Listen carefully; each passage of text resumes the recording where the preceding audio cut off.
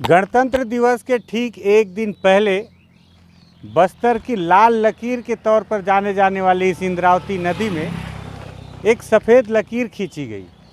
अब आप तो जानते ही हैं कि सफ़ेद जो है शांति का प्रतीक होता है और हमारे प्रदेश के मुख्यमंत्री श्री भूपेश बघेल जी ने कहा यह सफ़ेद लकीर जो है इस लाल लकीर के उस पार तक शांति का प्रतीक बनकर जाएगी और वहाँ के इलाकों में शांति व्यवस्था को बहाल करने में मदद करेगी। आज हमने सोचा कि उस इलाके की तस्वीर को देख कर आएँ और अपने दर्शकों को बताएं कि हकीकत अभी वहाँ पे कितनी है। नमस्कार, मैं विकास तिवारी हूँ और आप बस्तर टॉकीज़ देख रहे हैं। आप सोच रहे होंगे कि लाल लकीर और उसके ऊपर ये सफ़ेद लकीर मांजरा क्या है, तो मैं असल में सबसे पहले आपको समझाऊं कि हमारे साथ अभी रौनक शिवहरे हैं जो मदद कर रहे हैं कैमरा चलाने में। उन्होंने बताया कि भैया इस इंद्रावती नदी को लाल लकीर कहा जाता है। इस लाल लकीर के उस पार अबूझमाड़ है, ये जो पुल दिख रहा है। मेरे कई दर्शक कई दफ़े मेरे वीडियो में कमेंट करते थे कि भैया छिन्नार का जो पुल बना है उस पर भी कोई कहानी बताइए। तो आज हम उस छिन्नार के पुल पर हैं जो कि 25 जनवरी 2022 को मुख्यमंत्री भूपेश बघेल के द्वारा उद्घाटन करके यहाँ के अबूझमाड़ के लोगों को समर्पित किया गया और बताया गया कि इस पुल के अब बन जाने से उस शोर के कई गांव वालों को यहाँ जो जिला मुख्यालय है आने में काफ़ी सहूलियत होगी और गाहे बेगाहे उन्हें सारी व्यवस्थाएं मिल पाएंगी। किसी भी समस्या के समाधान के लिए उन्हें इस ओर आने के लिए बहुत ही जद्दोजहद करने की आवश्यकता नहीं पड़ेगी।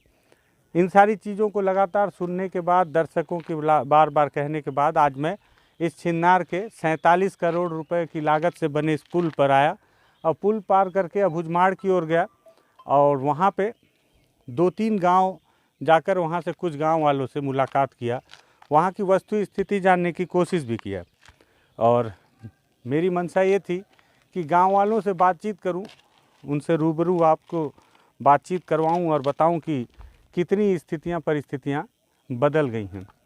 लेकिन आपको बताऊं कि गांव के उस ओर बदलाव तो मुझे बहुत नज़र आया। नदी के ठीक उस ओर जो गांव है उस गांव में मैं देख रहा था कि सरकार की एक योजना है, दंतेवाड़ा में ज़्यादा चल रही है, कि महुए के जो पेड़ होते हैं और उस पेड़ में गांव वालों को जब महुआ का जो फूल गिरता है तो पूरे दोपहरी भर उस फूल को चुना जाता है, महुआ बिनने का जो कार्य है, और इसमें गांव वालों को काफ़ी मेहनत भी करना पड़ता है। तो इसके समाधान के लिए जिला प्रशासन ने उनको एक नेट दिया हुआ है, मतलब कि जाल। ये जाल आप देख रहे हैं जो तस्वीरों में, दरअसल इसे महुए के पेड़ के नीचे लगा दिया जाता है और इसमें महुए का फूल गिरता है जिसे आसानी से एकत्रित कर लिया जाता है ग्रामीणों के द्वारा। एक अच्छी तस्वीर नज़र आई। हालांकि इसका इम्प्लीमेंट बहुत ज़्यादा नहीं हुआ है, लेकिन अभी प्रयोग के तौर पर जितने भी पेड़ों के नीचे इसे लगाया गया है वो सफल नज़र आ रहा है और आधिकारिक तौर पर पूरा सफल तभी होगा जब प्रत्येक पेड़ के नीचे या प्रत्येक ग्रामीणों के पास ये उपलब्ध हो जाएगा।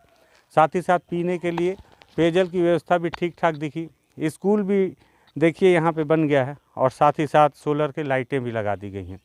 कुल मिला के अबूझमाड़ के उस गाँव में शांति की इस लकीर ने कुछ हद तक खुशहाली पहुँचाने का काम तो बिल्कुल ईमानदारी से किया है। लेकिन अब मैं इन सारी बातों को आपके सामने उन ग्रामीणों की ज़ुबानी लाना चाहता था जिसमें मैं सफल नहीं हो पाया।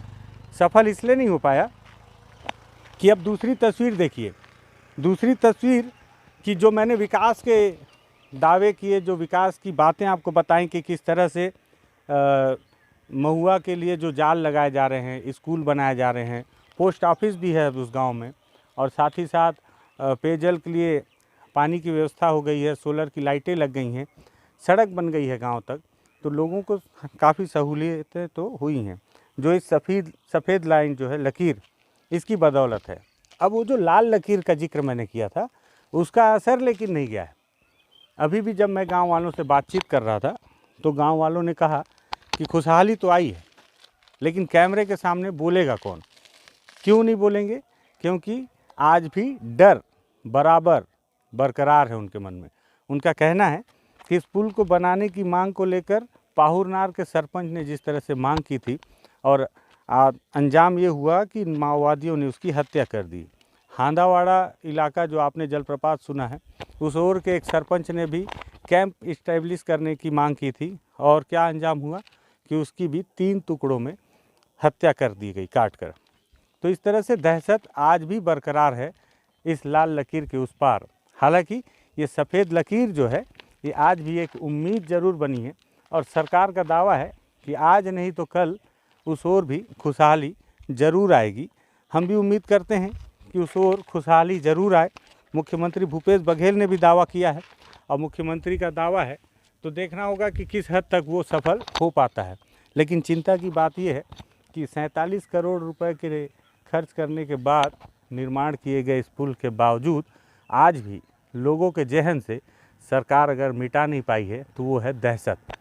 लोगों का कहना है कि पुल के ठीक दूसरे छोर में ये सीआरपीएफ का कैंप है, लेकिन इस सीआरपीएफ के कैंप से भी उन्हें इस बात की ज़्यादा गारंटी नहीं है कि यदि माओवादी उन पर हमला कर दें रात बिरात तो सीआरपीएफ के जवान उन्हें आकर बचा पाएंगे। और यही वजह है कि वहाँ आज भी कोई कैमरे के सामने बोलने को तैयार नहीं है कि बदलाव कितना हुआ है। हम उस परिवार से भी मिले जिस सरपंच की हत्या की गई, उसके घर वालों से भी मिले जो आज भी अपने गांव लौट कर नहीं आए। वो दंतेवाड़ा में रहते हैं, वो भी कैमरे के सामने बोलने से कतरा रहे थे।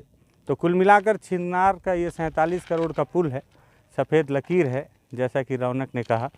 और गांव के उस ओर, पुल के उस ओर जो अबुझमाड़ है, अबुझमाड़ियों को अब एक उम्मीद है कि सफ़ेद लकीर से शायद शांति आ जाए।